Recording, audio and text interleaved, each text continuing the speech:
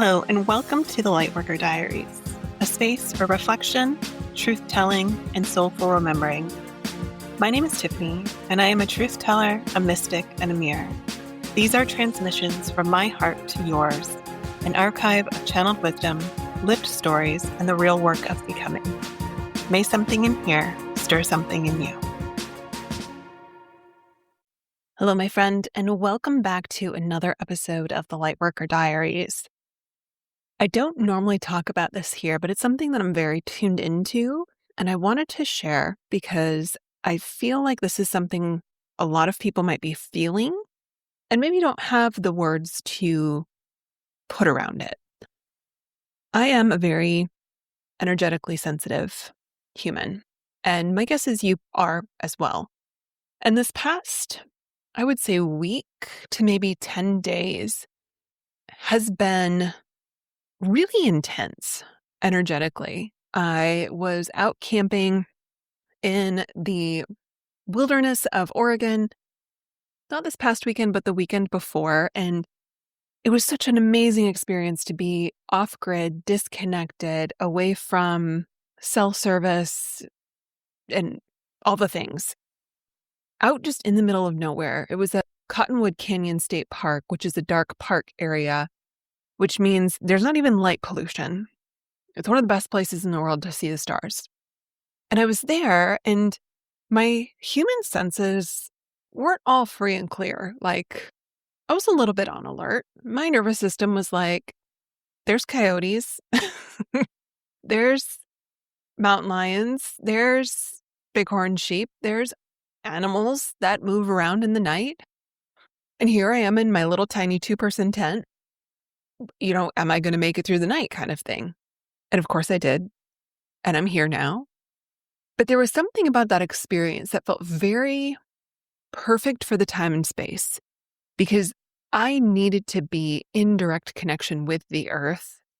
And I did that like 24 hours a day for like 48 hours straight. It was phenomenal. I have a Whoop band, and my recovery was high green, high 90s for all the days that I was there. And I was like, yep, I feel that. And then I came back to town and my recovery tanked. And it's easy just to, kind of look at the numbers and say, well, here's your proof. But it was more than that. Like, I was feeling heavier, and I was feeling like there was something shifting within me that I couldn't quite figure out, because I thought I would come off a camping weekend and feel like I was flying high. And the opposite was true.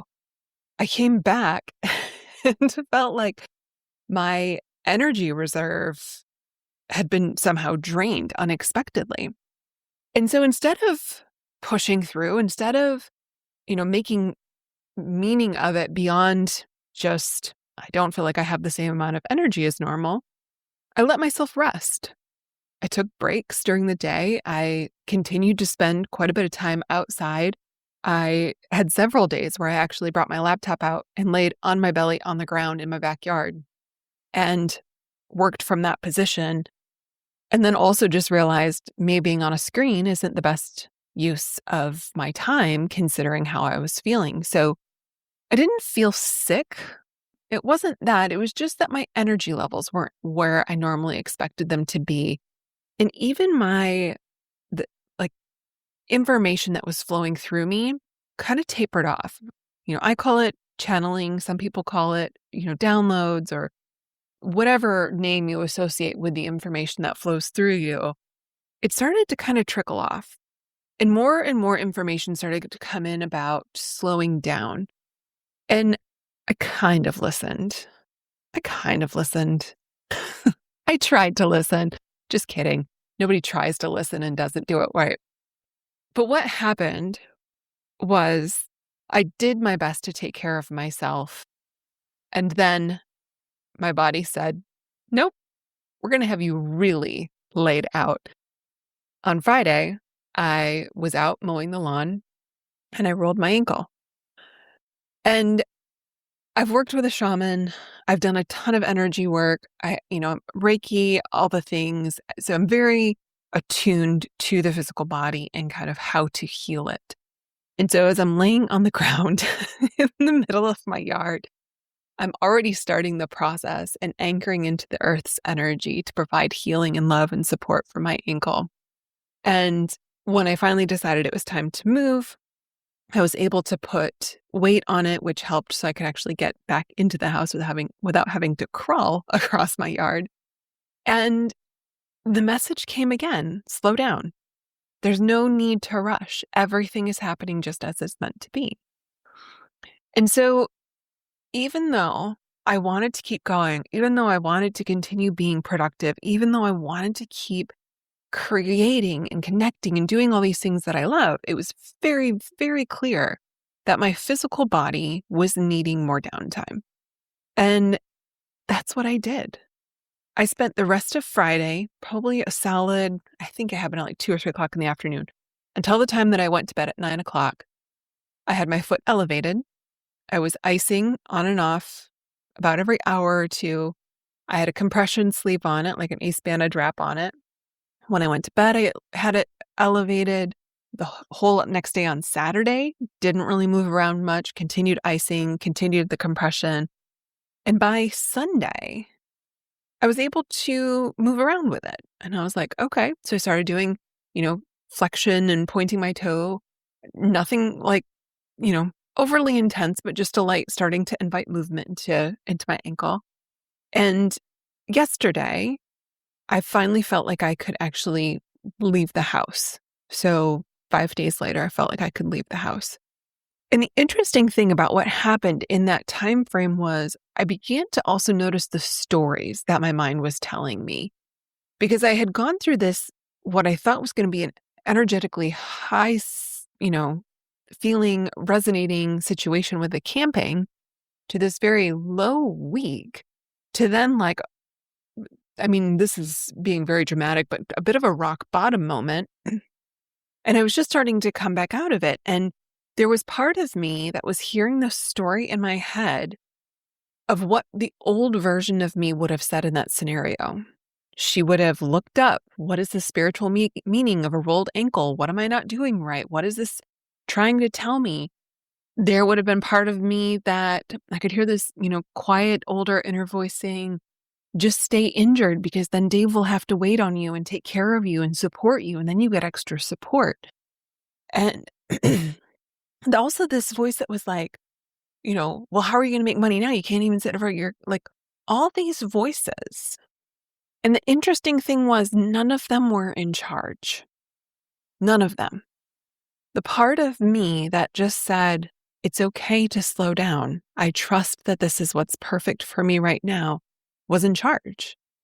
I took care of myself.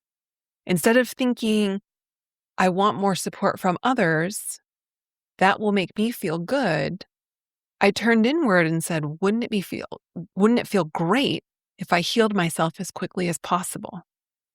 And the interesting thing was we have had some of the most beautiful sunny weather, 70 degrees. And normally I would be outside walking our property for at least an hour, laying on the ground, doing all the things. Being injured didn't stop me from still enjoying the weather. It didn't stop me from continuing to create. It didn't stop me from doing anything besides going for a walk and possibly overexerting myself. And what it did was create a lot more space for rest and integration. And I know I'm not the only one who has experienced some, what I will call wobbles over the last week. I know there's some people who are ill. I know there are some people who have gone through other things. I have had conversations with a couple people who are, I would almost say, borderline manic, in that their energy is so intense right now. They just haven't grounded themselves. And it's so fascinating to me because we're all experiencing this shift in the earth's resonance in a different way, but it's in the way that's perfect for us. And in the moments that we slow down and we listen to what the body actually needs to integrate this energy, we're given the answer. My body was like, girl, I want you to lay on the ground, flat on the earth. That's what I need. And fruit. I've gone through pints of strawberries. My body is like, fruit and protein. That is what we want right now. And so I'm like, girl, I got you. Fruit and protein it is. and I'm feeling better. And again, not to say that I was ever sick. It wasn't that. It was an energetic shift that my body is attuning to. And I had a friend actually send me the Schumann resonance for the earth, which is the earth's vibration. And over the last week, there have been several whiteouts, which are higher frequency vibrations being emitted from the earth. And those impact us just the same as it impacts technology, water, all the things on this earth. And I didn't know that was happening, but I could feel it. And my guess is you probably could feel it too. Maybe you were a little bit more tired. Maybe you were a little bit more jittery. Maybe you were a little bit more craving something. And what I want to do is just give you permission to have what you're craving, because maybe that's exactly what the body needs. I was at Costco before this all happened. Well, this being before I rolled my ankle and couldn't really leave the house. And I had this intuitive desire to purchase 2 containers of strawberries, Costco size strawberries. And I was like, this is weird. I could just come back. But no, my body knew what was up. My body knew what was going to happen. My body was like, no, girl, you're going to have 2 things of strawberries so you can eat all the strawberries you want and know you'll not run out. So trust that little voice in your head. Trust that nudge in your body. Trust that part of you that says, yes, please. And don't make meaning out of everything. And I know that it's such a fine line to walk. How do you trust the thing but not put meaning to it? Stay out of your head and get into your heart. Really, that is the ultimate solution. The less time that you spend in your head thinking about what's happening, why it's happening, and what it means, the less time you spend there, trust me when I say this because I have felt it, I've experienced it, I get it. The less time you spend there, the happier you will be. The less time you overthink things and let your mind spin circles around you, all you're going to do is get energetically dizzy. Slow down, take a few deep breaths, place a hand or 2 on your heart, and listen. Sometimes we think this solution needs to be some complex thing, and really it might be as simple as a deep breath. I was with my mastermind group 2 Tuesdays ago, and I was sharing how I am growing the Intuitive Writers Guild and sending out invitations, and I was feeling some resistance to reaching out to people. And these are individuals that had already said they're very interested, but I was still hesitant for some reason. And my coach said, place a hand on your heart, take a breath. Is this yours? And instantly, my mind was like, no, it's not even mine. And I remembered this time in college where my mom called me and she's like, I was told not to call you because I'm bothering you. And so if you want to talk, you can reach out to me. And I remember feeling heartbroken and pissed off in that moment. But then thinking, oh my God, am I a burden? Am I the one who's bothering other people by reaching out to them? Is that why, sometimes people don't respond? Oh my gosh, oh my gosh, oh my gosh. And so I had inherited this story that initiating connection was a bother. The idea of reaching out to someone and giving them what they told me they already wanted somehow had gotten tangled up in this storyline that said, if you reach out to them, you're being a burden. And the interesting thing was, she said, okay, we'll use the magic eraser, so her tool for clearing it. I took 1 breath and I said, it's gone. And she's like, oh, okay. I guess we don't need to do the magic eraser then, because all I needed to realize was that wasn't mine. As soon as I blew it out, as soon as I released that energy from my body, acknowledge, accept, release, it was gone. And so maybe if you have something in your life right now that you're like, gosh, I feel like this thing is happening. Close your eyes. Place a hand on your heart. Take a deep breath. Is this yours? Is it okay to let it go? And if it is, I want you to blow it out. It gets to be that simple. It gets to be that simple.